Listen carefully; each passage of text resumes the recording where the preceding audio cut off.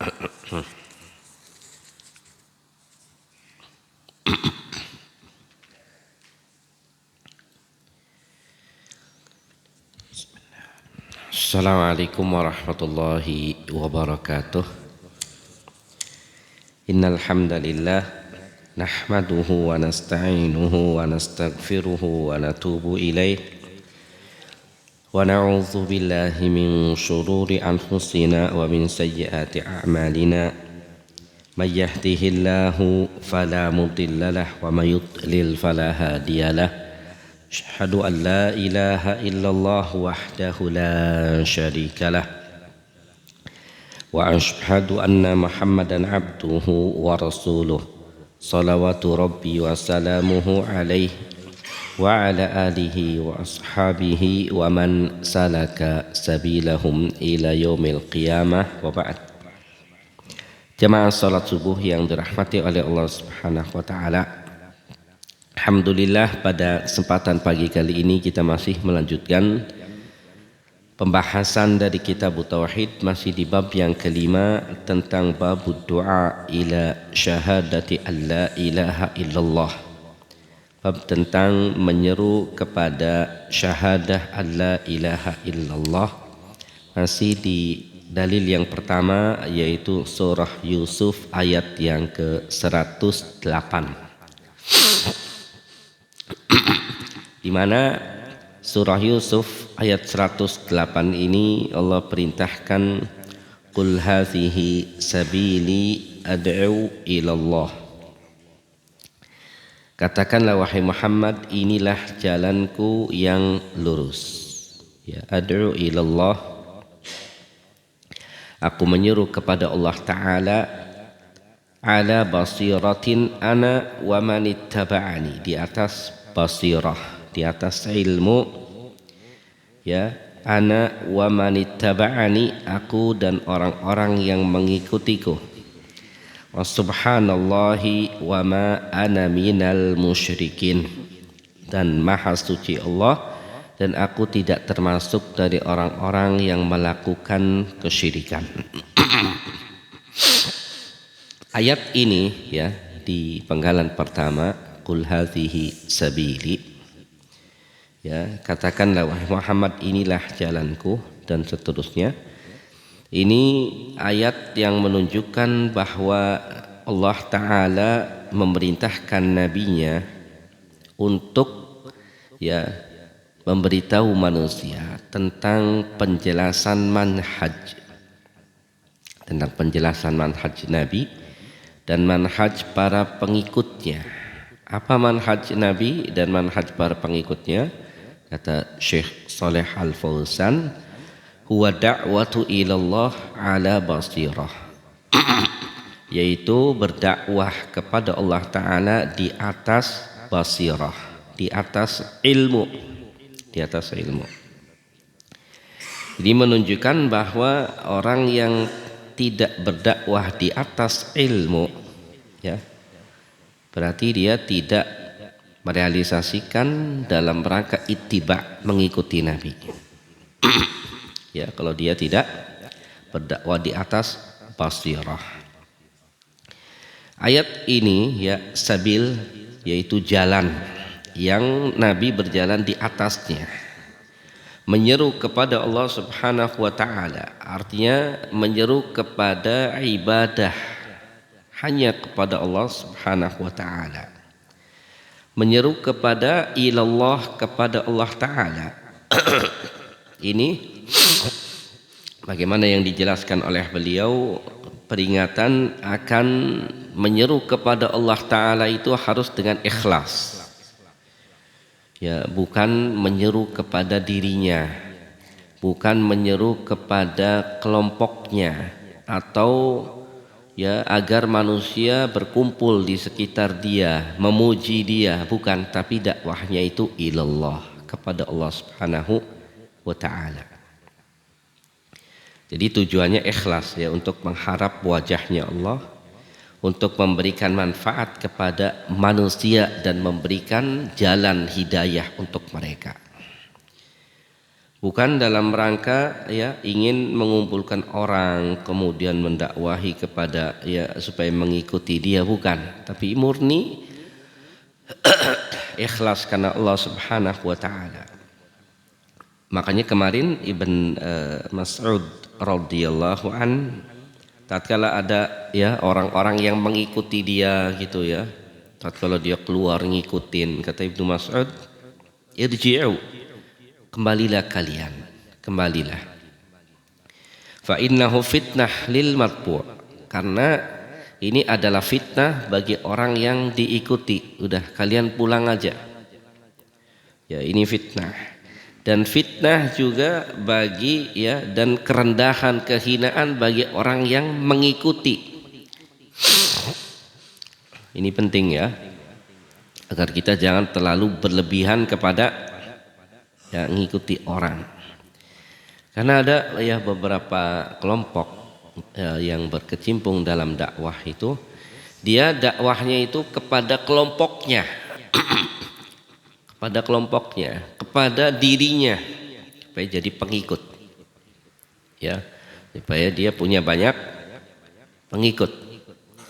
Jadi nggak boleh ya orang itu ilallah tapi kepada dirinya, kepada kelompoknya, dan ini bahaya, dan ini akan menghantarkan kepada hizbiyah, pengelompokan. Dakwah itu ilallah, kepada Allah Subhanahu wa taala. Makanya ya di ayat ini Allah katakan qul hadhihi sabili, katakanlah wahai Muhammad, inilah jalanku, ad'u ilallah ala basirah, aku menyeru kepada Allah Ta'ala di atas basirah. Kata Syekh Saleh Al-Fauzan, al-ilm, di atas ilmu. Ilmu, yaitu ini adalah ya derajat yang paling tinggi, yaitu ilmu agama, di atas ilmu. Dalil ini kata beliau ya merupakan apa? Merupakan ya satu hal yang menjadi syarat bagi seorang dai. Ya, ayyakuna ala basirah, dia itu berdakwah di atas basirah, ala ilmin, di atas ilmu, bima yad'u ilaih, dengan apa yang dia serukan, di atas ilmu. Wa ammal jahil, adapun orang yang tidak berilmu, fala yasluh lidakwah, dia tidak pantas untuk berdakwah. Ya, jadi orang yang mendakwah itu harus apa? Di atas ilmu. Ya, ala basirah, di atas ilmu. Adapun al-jahil, orang yang tidak berilmu, ini kata beliau la yasluh lidakwah, dia tidak layak, pantas untuk berdakwah, jangan. Bal la budda ayyatazawwadahu bil ilmi qabla ayyashra'a fid dakwah. Menjadi keharusan untuknya, kata beliau, untuk membekali dirinya dengan ilmu sebelum dia menyampaikan ilmu itu dan berdakwah. Kenapa? Karena ya orang yang nggak punya apa-apa tentang ilmu, dia tidak bisa memberi. Ya, orang yang nggak punya ilmu, dia nggak bisa menyampaikan ilmu. La yasluh lidakwah, dia tidak pantas untuk terjun di dunia dakwah. Kenapa? Karena kata beliau li'annahu fi da'watihi, karena di ya, perjalanan dakwah, di medan dakwah, dia akan ya mendapati syubhat, ya hal-hal yang syubhat yang tersamarkan, atau munadharat, atau ya terjadi di situ diskusi, perdebatan, ya dia akan dapati itu. Maka dia akan menjawab bagaimana kalau dihadapkan dengan syubhat, dengan munadharat, dengan diskusi, ya. Kemudian ada lagi kalau mendapati orang yang menolak, ya. Ada orang yang menolak untuk diajak diskusi, ya, dengan baik, menentang. Bagaimana dia akan bisa lepas dari hal ini? dia akan gagal. Ya, kenapa? Karena ya ilmu itu penting. Adapun al-jahal, ketidaktahuan, ini akan membuat apa? Akan membuat kadang dia diam. Ya, dari menjawab hal-hal yang mestinya dia jawab. Ya. Atau dia menjawab tanpa ilmu, dan ini lebih berbahaya juga. Makanya kata beliau, ya di samping dia berilmu, orang yang bergelut dalam hal dakwah itu yahtaj, butuh ila ma'rifatil halali wal haram.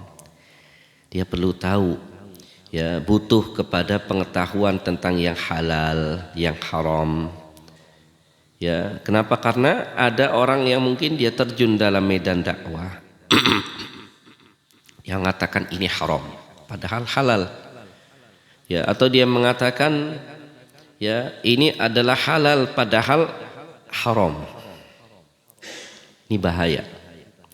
Maka fada'iyah, orang yang bergelut dalam medan dakwah, dai, yajib ayyakuna ala ilmin bima yad'u ilaih. Wajib baginya untuk berilmu dari apa yang dia serukan itu. Artinya ya dia mengetahui yang halal, yang haram, dia mengetahui yang wajib, yang mustahab, dia mengetahui yang muharramat, hal-hal yang diharamkan, yang dimakruhkan, yang mubah.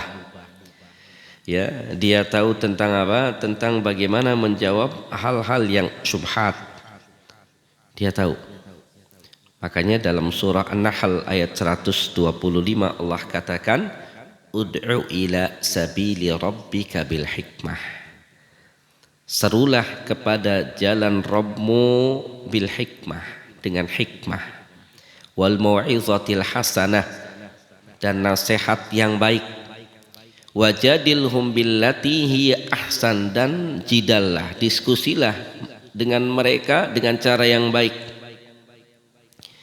Bagaimana seseorang ya dia akan berdiskusi dengan baik kalau tanpa dilandasi dengan ilmu, kata beliau.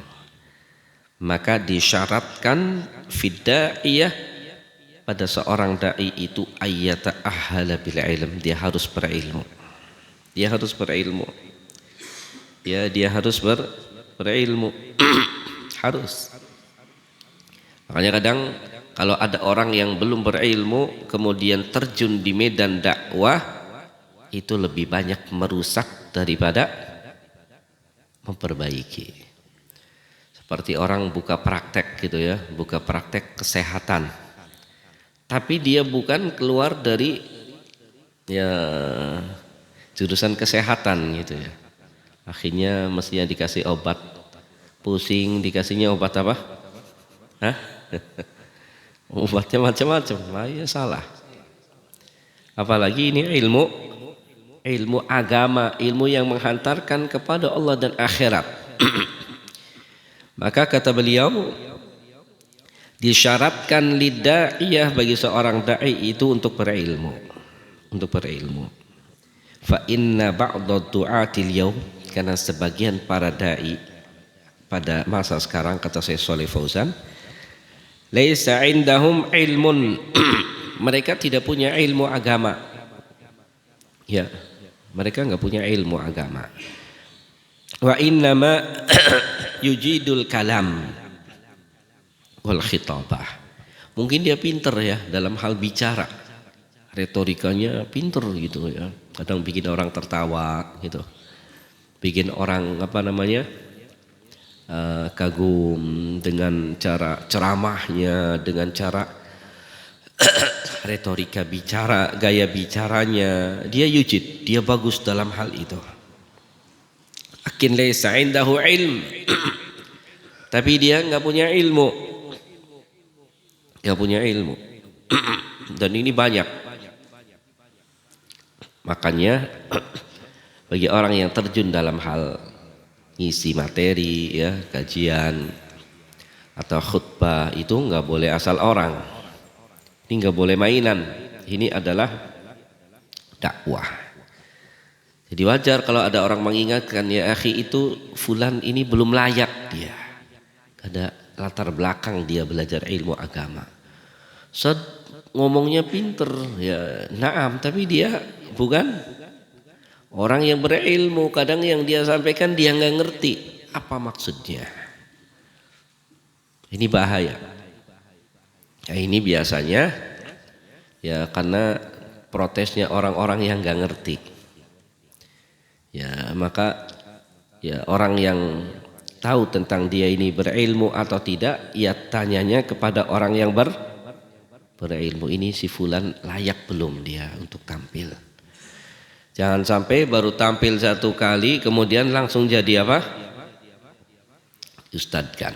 Oh ini sering imamin ya, kemudian langsung jadi apa? Ini harus hati-hati.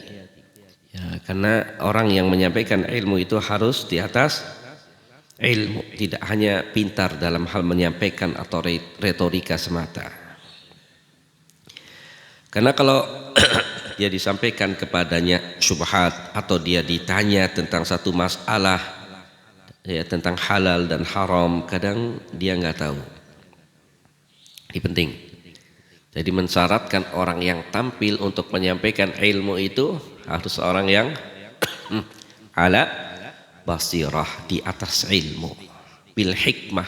Bil hikmah di situ menyeru kepada Allah Ta'ala dengan ilmu. Dengan ilmu. Maka tatkala kita punya ya kesempatan untuk acara yang menyampaikan nasihat atau ilmu, ya orang yang berilmu. Jangan asal yang pintar. Pintar apa? Pintar bicara, mungkin karena Pak Haji ya, atau punya jabatan, enggak, tapi ala ilm, di atas ilmu. Ana wa manittaba'ani, aku dan orang-orang yang mengikutiku. Artinya kata Syekh Saleh Al-Fauzan, wa atba'i, dan orang-orang yang mengikutiku, ya ini atba'i, pengikut-pengikutku, yad'una ilallah, pengikut-pengikutku yang menyeru kepada Allah Ta'ala di atas ilmu, ala basirah, di atas ilmu. Ini menunjukkan bahwa orang yang tidak menyeru kepada Allah Ta'ala berarti dia tidak merealisasikan ittiba kepada Nabi. Dan juga orang yang menyeru kepada Allah Ta'ala ala jahlin, di atas ketidaktahuan, maka dia tidak merealisasikan ittiba kepada Rasul. Ya, jadi kalau ada orang yang dia terjun dalam hal dakwah, menyampaikan sana sini, ternyata dia ala jahlin, tidak di atas ilmu, tidak ada pondasi ilmu agama, berarti dia tidak mengikuti jalannya Nabi. Tidak mengikuti apa? Jalannya Nabi. Ini harus diingatkan. Artinya dia memasukkan dirinya itu fi ma laysa min sya'nih, yang bukan perkaranya. Dan ini sara khataran ala dakwah wa ala du'at, dan ini bahaya terhadap dakwah dan dai.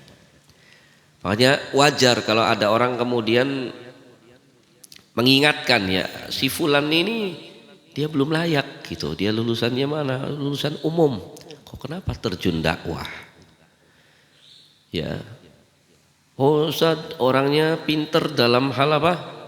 Duniawi. Ya naam, dia di urusan dia duniawinya, pinter ngomong, retorikanya bagus, ya ini enggak dianggap, karena yang disyaratkan adalah ala ilmin, di atas ilmu, basirah. Oh ini umum, ya jangan diterjunkan, jangan diletakkan. Ini juga bagi yang punya tanggung jawab panitia kajian ya atau DKM juga, hati-hati, jangan asal meletakkan orang yang bukan di bidangnya dalam ilmu agama. Dilihat ini ya track record belajarnya di mana, dia punya pengetahuan tentang ilmu agama bagaimana, ya, dan tanya kepada orang yang tahu.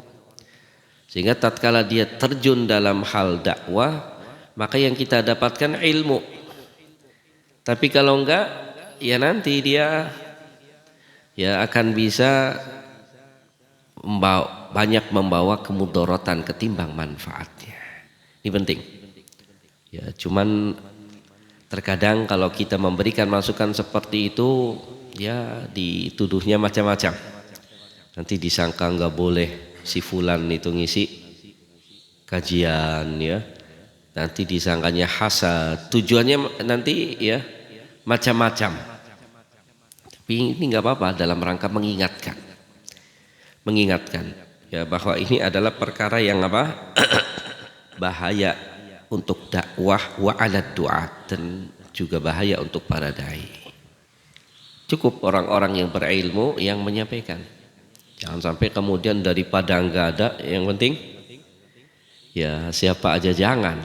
Ya jangan, karena ini berkenaan dengan ilmu ilmu agama. Kemudian di akhir ayat ini Allah katakan subhanallah, maha suci Allah. Subhanallah ini artinya adalah Allah disucikan dari apa-apa yang tidak layak untuk Allah.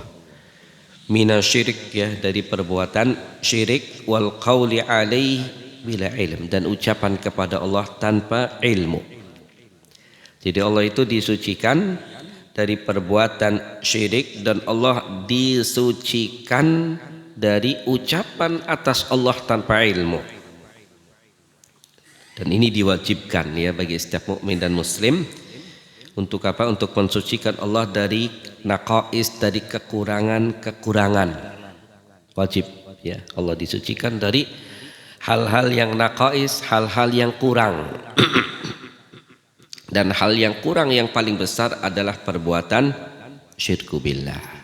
Makanya di akhir ayat ini Allah katakan wa ma ana minal musyrikin, dan aku tidak termasuk dari orang-orang yang melakukan kesyirikan. Artinya Nabi berlepas diri dari perbuatan apa? Syirik. Nabi berlepas diri. Sebagaimana berlepas dirinya Khalilullah, Nabi Ibrahim alaihissalam. Nabi Ibrahim alaihissalam itu beliau dakwahnya tatkala itu di Babilonia, Irak itu sendirian. Makanya Allah katakan tentang Nabi Ibrahim dalam surah An-Nahl ayat 120, inna Ibrahim kana ummah. Sesungguhnya Nabi Ibrahim itu kana ummah, seperti satu umat, teladan beliau itu. Beliau teladan. Qanitan lillah, beliau itu orangnya yang tekun, rajin dalam beribadah kepada Allah. Hanifa, beliau lurus ya, tidak melakukan syirikan. Walam yaku minal musyrikin, dan beliau tidak termasuk atau tidak pernah ya melakukan perbuatan kesyirikan. Kemudian dalam surah An-Nahl Allah katakan tsumma awhayna ilaik, kemudian kami wahyukan kepadamu wahai Muhammad, anittabi' millata Ibrahim hanifa, untuk mengikuti milahnya Nabi Ibrahim yang hanifa, yang lurus. Wa ma kana minal musyrikin, dan Nabi Ibrahim tidak termasuk dari orang-orang yang melakukan kesyirikan. Ayat ini ya, berlepas dirinya beliau minal musyrikin, dari orang-orang yang melakukan kesyirikan. Berlepas diri. Artinya kata beliau Syekh Shalih Al Fauzan hafizahullah, memutus kecintaan dengan mereka. Qat'ul mahabbah, mutus kecintaan kepada mereka. Dan juga kasih sayang kepada mereka, enggak boleh kita putus kasih sayang. Ya, mencintai mereka dan nggak boleh menolong mereka, nggak boleh, ya nggak boleh. Kenapa? Karena mereka orang-orang musyrikin itu musuhnya Allah dan musuhnya Rasulnya, musuh Allah dan musuh Rasulnya. Nggak boleh kita memberikan kasih sayang dengan hati kita kepada mereka atau menolong mereka, membantu mereka, nggak boleh. Nggak boleh. Ini berkaitan dengan wala dan bara. Walaknya kita kepada Allah, Rasulnya, dan orang-orang yang beriman. berlepas dirinya kita dari orang-orang musyrikin. Lebih di saat sekarang ya, ini lagi musimnya apa ini? Musim apa? Piala. Iya. Kadang ada orang yang mati-matian ya, suka cinta gitu ya, kepada ternyata ini orang kafir, orang musyrik, dibela-bela sampai namanya dia apa? Ini musyrik gini. Mungkin kalau muslim ya beda cerita. Ini kadang orang kafir. Nah, ini masuk kepada al-wala dan bara. Artinya kita berlepas diri dari mereka, nggak boleh mencintai mereka, nggak boleh suka kepada mereka, apalagi sampai cinta ya kepada mereka. Jangan, ini nggak boleh. Ya, makanya dalam surah Al-Mumtahanah ayat yang ya keempat Allah katakan qad kanat lakum uswatun hasanatun fi Ibrahim walladzina ma'ah. Telah ada untuk kalian teladan yang baik pada diri Nabi Ibrahim dan orang-orang yang bersamanya. Idz qalu liqaumihim, tatkala mereka berkata kepada kaumnya, inna bura'a'u minkum, kami berlepas diri dari kalian, wa mimma ta'buduna min dunillah, dan dari yang dan apa yang kalian sembah dari selain Allah, kami berlepas diri. Kafarna bikum, kami ingkari kalian. Wa bada bainana wa bainakumul adawatu wal baghdha, dan nampak antara kita dan kalian ini permusuhan dan kebencian.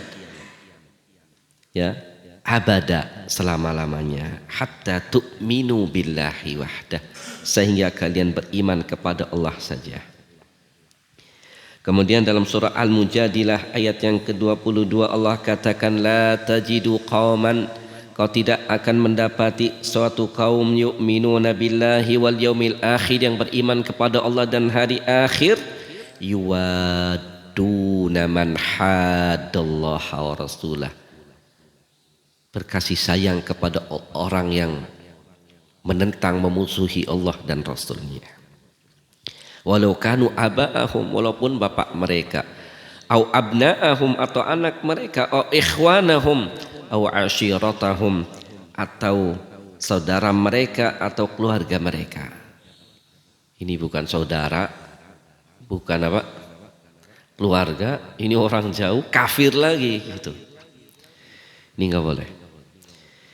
Kemudian dalam surah Al-Mumtahanah ayat yang pertama Allah katakan, ya ayyuhallazina amanu, wahai orang-orang yang beriman, la tattakhizu aduwi wa aduwakum awliya tulquna ilaihim bil mawaddah. Wahai orang-orang yang beriman, ini yang dipanggil orang yang beriman nih, jangan kalian menjadikan musuhku dan musuh kalian sebagai aulia, sebagai wali teman kalian.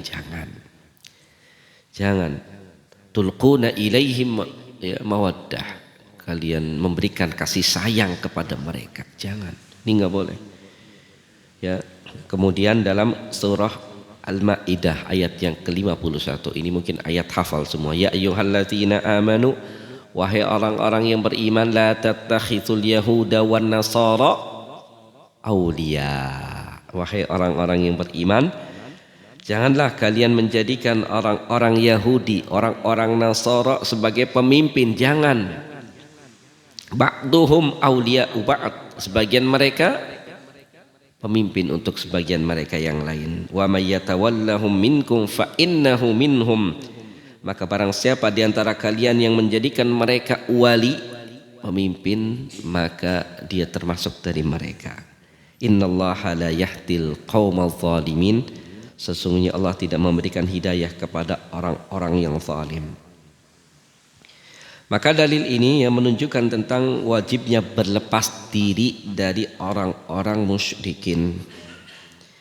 Bahkan di antara ya pokok dakwah kepada Allah itu adalah al-bara'atu minal musyrikin, berlepas diri dari orang-orang musyrikin. Ini penting nih ya. Kenapa? Karena al-wala dan bara ini termasuk di antara tadi ya dasar dari dakwahnya para nabi. Jangan sampai karena kesukaan ya karena kecintaan akhirnya kita ya mengorbankan wala dan barok kita. Jangan berlebihan. Ya jangan salah ya menempatkan ya al-wala dan barok kita.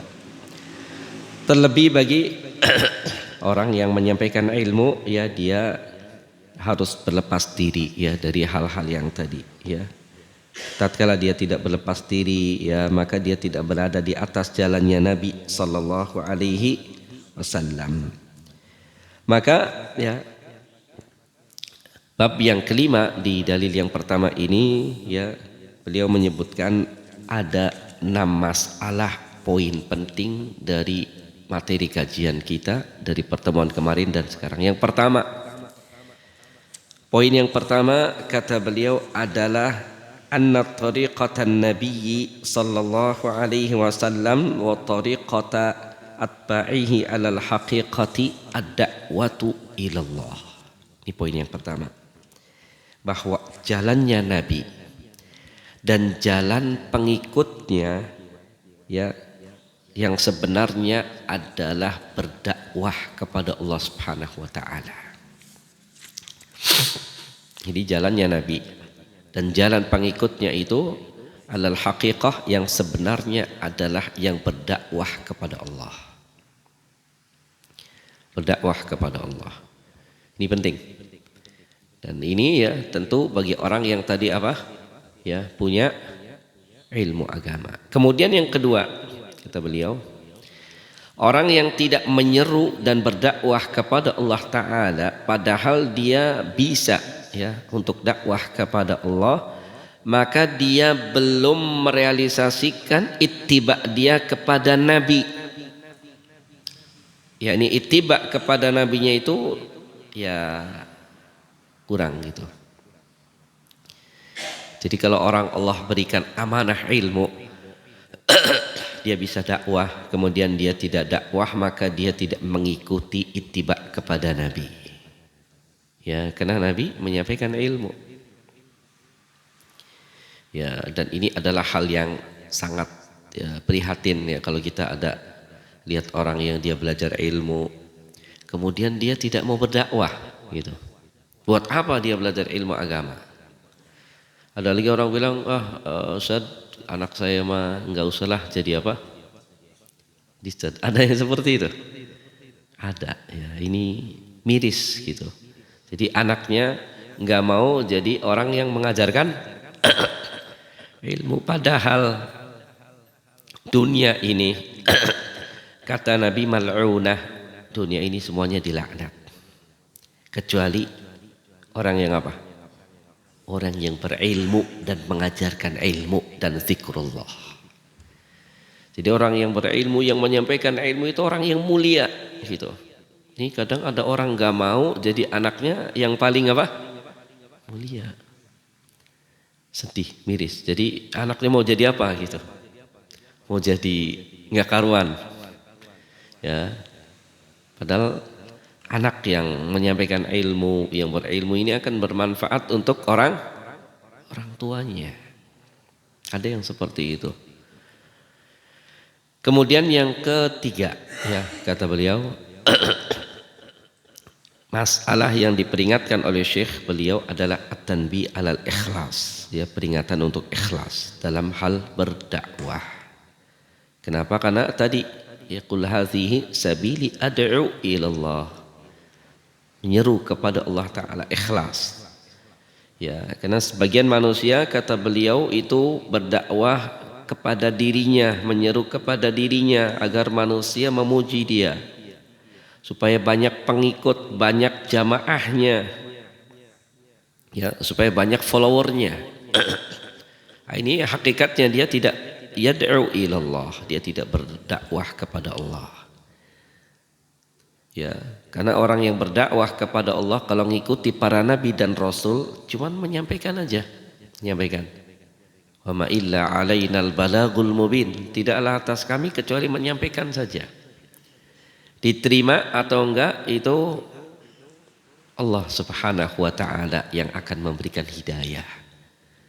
Menyampaikan aja, sampaikan. Ada momen waktu dia sampaikan. Ini dalil Quran, ini hadis, ini ucapan para ulama, tinggalkan. Yang penting punya momen atau waktu yang dia bisa menyampaikan. Dia sampaikan saja. Adapun hidayah berada di tangan Allah Ta'ala, dan Allah Maha tahu siapa yang Allah berikan hidayah. Jadi al-kasrah, banyaknya jumlah, kata beliau yang dulu kita bahas, itu tidak menunjukkan bahwa si fulan ini keutamaannya luar biasa gitu ya. Kenapa? Kalau kajian yang datang banyak, enggak. Jadi kasrah, banyaknya jumlah itu tidak menunjukkan keutamaan, bukan. Para nabi, para rasul yang berdakwah, disebutkan oleh Nabi, ada yang kata Nabi, fara'aitun nabiyya wa ma'ahu rahat.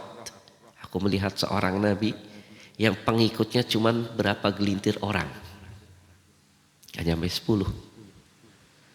Wan nabi wa ma'ahu rajul war rajulan, ada seorang nabi yang aku lihat pengikutnya cuma 1-2. Gimana? Nabi pengikutnya berapa? 1 atau 2 orang. Wan nabi wa laysa ma'ahu ahad, dan ada seorang nabi yang gak punya pengikut seorang pun. Gimana? Ya ini juga menghibur kita gitu. Tatkala ngisi kajian ternyata yang datang 2 orang gitu ya, 3 orang, izin 1, yang 1 izin lagi, tinggal berapa? Tinggal 1. Kalau izin lagi jadi apa? Ya ini kita terhibur dengan hadis tadi gitu. Ternyata Nabi ada yang tidak punya pengikut, tapi tetap dia seorang Nabi. Jadi banyaknya orang, kasrah itu tidak menunjukkan si fulan punya keutamaan, enggak. Justru ujian untuk dia. Semakin banyak follower pengikutnya, tambah apa? Ini keikhlasannya dia harus dia jaga. Dia jaga. Ini penting ya untuk menunjukkan apa? Ikhlas itu adalah perkara yang berat ya, terutama untuk yang menyampaikan ilmu, berat ya, dan ujiannya berat. Kemudian yang keempat ya, kata beliau, anna da'iyah ilallah la budda ayyakuna ala basirah. Ini yang kita sebutkan tadi, bahwa orang yang menyampaikan ilmu, da'i itu harus dia di atas basirah, yaitu kata beliau mu'ahilan bil ilmin nafi'. Dia harus ahli ya, ilmu yang bermanfaat, ilmu agama. Ya, dia bisa untuk menyeru kepada Allah Ta'ala, dia bisa berdiskusi dengan orang-orang yang tidak menerima atau menentang dia, bisa mematahkan hujah-hujah mereka dengan lisannya. Ya, dia bisa dalam hal itu, dan ini adalah kata beliau syartun asasi, syarat yang paling mendasar di atas ilmu. Harus di atas ilmu. Makanya kadang kalau kita mengingatkan si fulan umpamanya ini, jangan, ini dia latar belakangnya umum, jangan terjun di bidang dakwah. Cuman kadang pandangan yang awam masyarakat kan beda ya. Oh enggak usah, yang penting apa? Pinter, retorikanya ya lucu dan yang lain. Jangan. Yang pertama adalah dia mesti di atas ilmu. Dan tidak layak untuk dakwah tatkala dia tidak punya, walaupun ibadahnya rajin, waraknya dia bagus gitu ya. Artinya dia punya hal-hal agama, semangat dalam hal agama gitu ya, yang disukai oleh orang. Naam, ini baik, sifatnya baik untuk dianya. Tapi kita katakan ya akhi, dakwah itu nggak boleh masuk di dalamnya kecuali man kana ala ilmin, kecuali orang yang berada di atas ilmu. Adapun mungkin ibadahnya dia rajin, tekun, atau semangat dalam hal agama dia tinggi, naam, baik itu untuk dia. Tapi untuk terjun di medan dakwah, jangan ya akhi, ini bukan bidangnya. Kenapa? Ya, li'annaka lasta ala ilm, karena engkau bukan di atas ilmu yang Allah katakan ala basirah, di atas ilmu. Makanya tadi ud'u ila sabili rabbika bil hikmah, serulah kepada jalan Rabbu dengan hikmah, yaitu dengan ilmu agama. Ini penting ya, supaya apa? Supaya ya dakwah itu mubarakah, diberkahi, terarah gitu.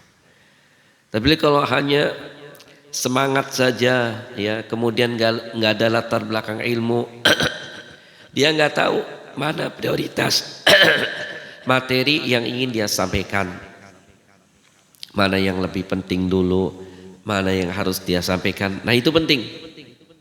Kalau hanya sekedar pintar retorika, pintar menyampaikan, jangan. Kalau dia tidak di atas ilmu agama, ini penting. Cuman kadang ya panitia kajiannya atau DKM-nya ini lebih mendengar suara orang-orang yang nggak tahu. Gitu.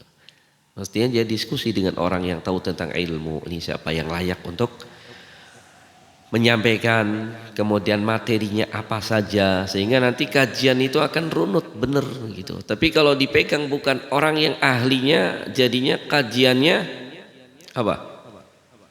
Nggak terarah. 1 bulan itu 1 materi gitu, yang tumpang tindih semua. Karena apa? Karena dia nggak terarah, nggak mau ya berdiskusi atau bertanya, minta arahan kepada orang yang ngerti dalam bidangnya. Kemudian yang kelima, bahwa perbuatan syirku billah ini adalah ya kekurangan yang besar yang wajib Allah disucikan darinya. Karena Allah itu kamilun lahul kamalul mutlak. Allah itu maha sempurna dengan kesempurnaan yang mutlak. Maka barang siapa yang menyekutukan Allah Ta'ala, dia telah mengurangi ya kesempurnaan Allah Ta'ala. Dan barang siapa yang menafikan sifat Allah atau mentakwilnya, maka dia telah mengurangi kesempurnaan Allah Ta'ala dan seterusnya. Karena Allah Subhanahu wa Ta'ala itu adalah zat yang maha sempurna. Kemudian yang keenam atau yang terakhir